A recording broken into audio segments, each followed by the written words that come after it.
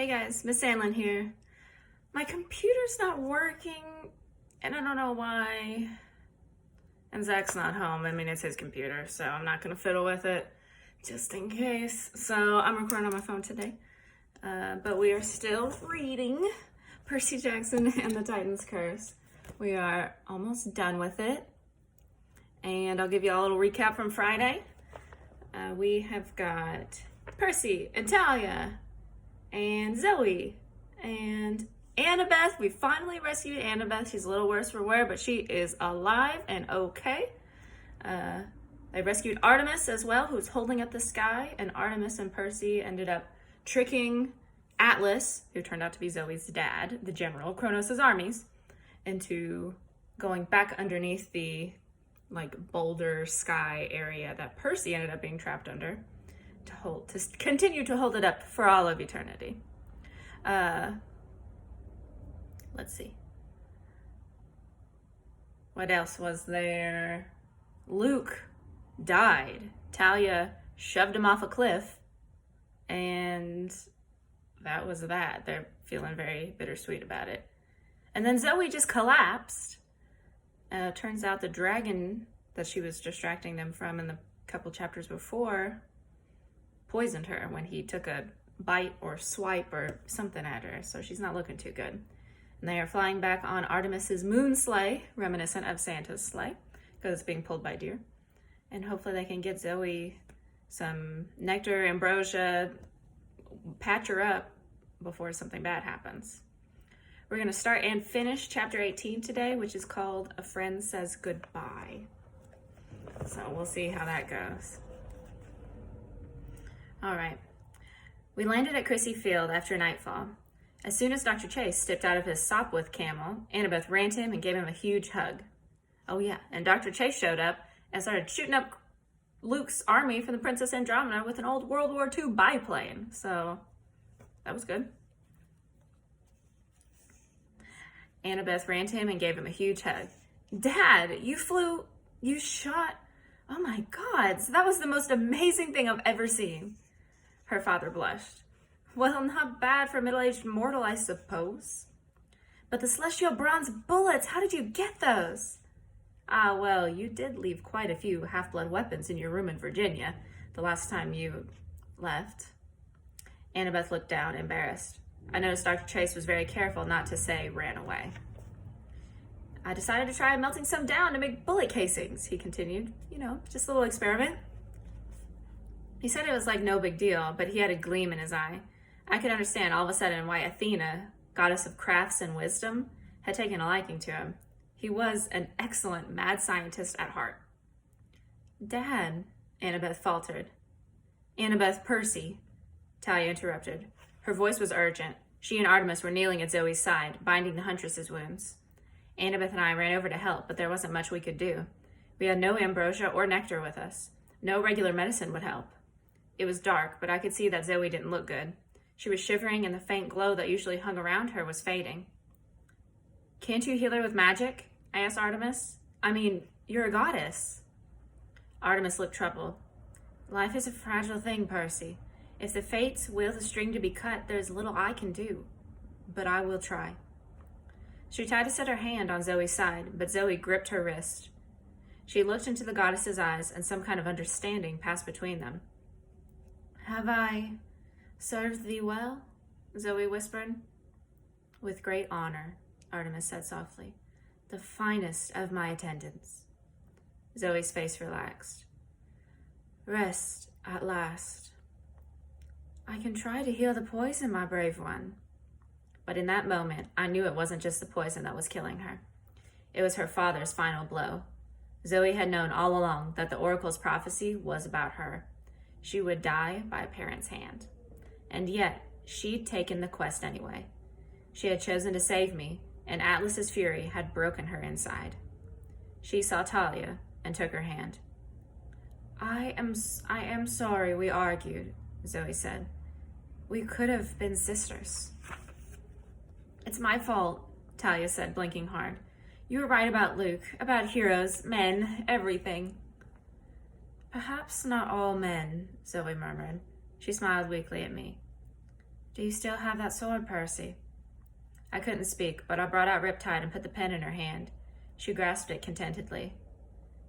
You spoke the truth, Percy Jackson. You are nothing like Hercules.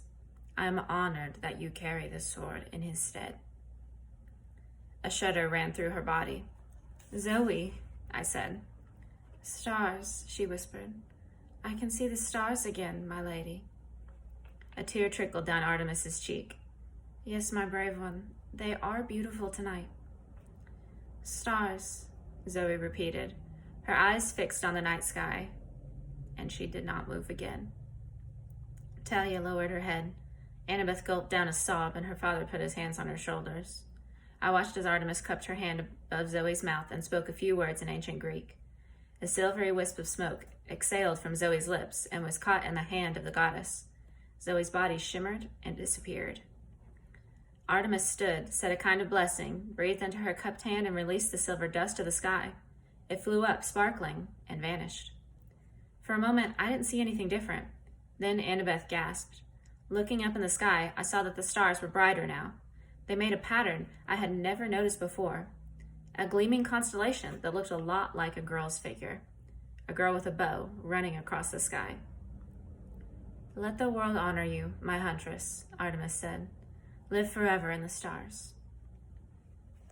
It wasn't easy saying our goodbyes.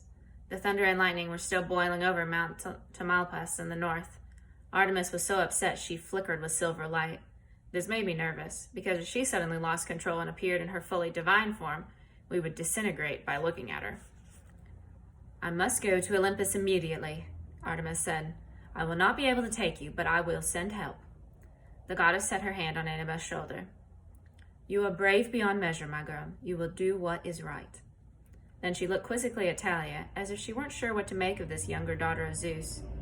Thalia seemed reluctant to look up, but something made her, and she held the goddess's eyes. I wasn't sure what passed between them, but Artemis's gaze softened with sympathy. Then she turned to me. You did well, she said, for a man. I wanted to protest, but then I realized it was the first time she hadn't called me a boy. She mounted her chariot, which began to glow. We averted our eyes. There was a flash of silver, and the goddess was gone. Well, Dr. Chase sighed. She was impressive, though I must say I still prefer Athena. Annabeth turned toward him. Dad, I'm sorry that... Shh, he hugged her. Do what you must, my dear. I know this isn't easy for you. His voice was a little shaky, but he gave Annabeth a brave smile. Then I heard the whoosh of large wings. 3 Pegasi descended through the fog, 2 white-winged horses and 1 pure black one. Blackjack, I called. Yo, boss, he said. You managed to stay alive okay without me? It was pretty rough, I admitted. I brought Guido and pork pie with me. How you doing? The other 2 Pegasi spoke in my mind. Blackjack looked over with concern, Blackjack looked me over with concern, then checked out Dr. Chase, Thalia, and Annabeth. Any of these goons you want us to stampede, boss? Nah, I said aloud. These are my friends. We need to get to Olympus fast. No problem, Blackjack said. Except for the mortal over there. Hope he's not going. I assured him Dr. Chase was not. The professor was staring open-mouthed at the Pegasi. Fascinating, he said. Such maneuverability. How does the wingspan compensate for the weight of the horse's body, I wonder? Blackjack cocked his head. What? Why, if the British had these Pegasi in the cavalry charges of the Crimea, Dr. Chase said, the charge of the Light Brigade. Dad, Annabeth interrupted, and Dr. Chase blinked. He looked at his daughter and managed a smile.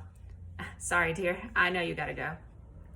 He gave her one last awkward, well-meaning hug. As she turned to climb aboard the Pegasus, Guido, Dr. Chase called, Annabeth, I know San Francisco is a dangerous place for you, but please remember, you will always have a home with us. We will keep you safe.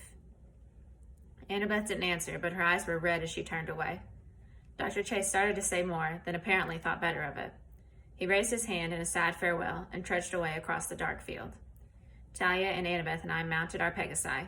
Together, we soared over the bay and flew toward the eastern hills. Soon, San Francisco was only a glittering crescent behind us, with an occasional flicker of lightning in the north. Thalia was so exhausted she fell asleep on Pork Pie's back. I knew she had to be really tired to sleep in the air, despite her fear of heights, but she didn't have much to worry about. Her Pegasus flew with ease, adjusting himself every once in a while so Thalia stayed safely on his back. Annabeth and I flew along side by side. "Your dad seems cool," I told her.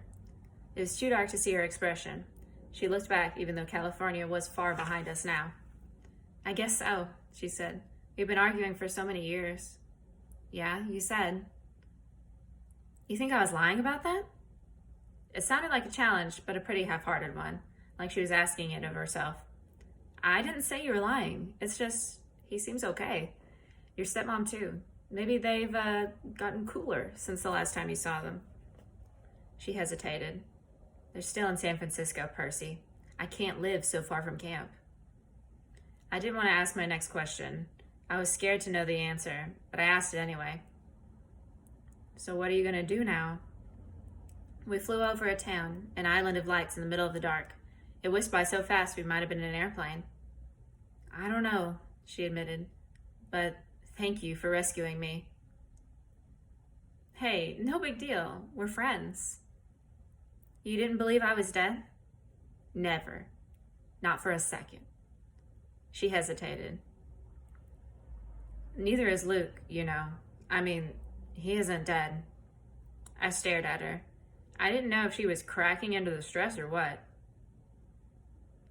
"Annabeth, that fall was pretty bad. There's no way." "He isn't dead," she insisted. "I know it. The same way you knew about me." That comparison didn't make me too happy. The towns were zipping by faster now, islands of light thicker together until the whole landscape below was a glittering carpet. Dawn was close. The eastern sky was turning gray, and up ahead, a huge white and yellow glow spread out before us. The lights of New York.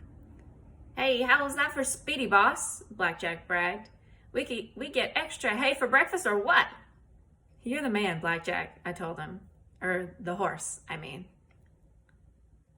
"You don't believe me about Luke," Annabeth said, "but we'll see him again. He's in trouble, Percy. He's under Kronos' spell." I didn't feel like arguing, though it made me mad. How could she still have feelings for that creep? How could she possibly make excuses for him? He deserved that fall. He deserved... Okay, I'll say it. He deserved to die. Unlike Bianca. Unlike Zoe. Luke couldn't be alive. It wouldn't be fair. "There it is," Thalia's voice. She'd woken up. She was pointing toward Manhattan, which was quickly zooming into view. "It started." "What started?" I asked. Then I looked where she was pointing. High above the Empire State Building, Olympus was its own island of light, a floating mountain ablaze with torches and braziers, white marble palaces gleaming in the early morning air. "The winter solstice," Thalia said, "the council of the gods." And that's the end of chapter 18. So Zoe's dead, now a beautiful constellation in the sky. Artemis flew on to Olympus. I assume she got there fine. And Annabeth thinks Luke is still alive. So that's something to chew on and think about.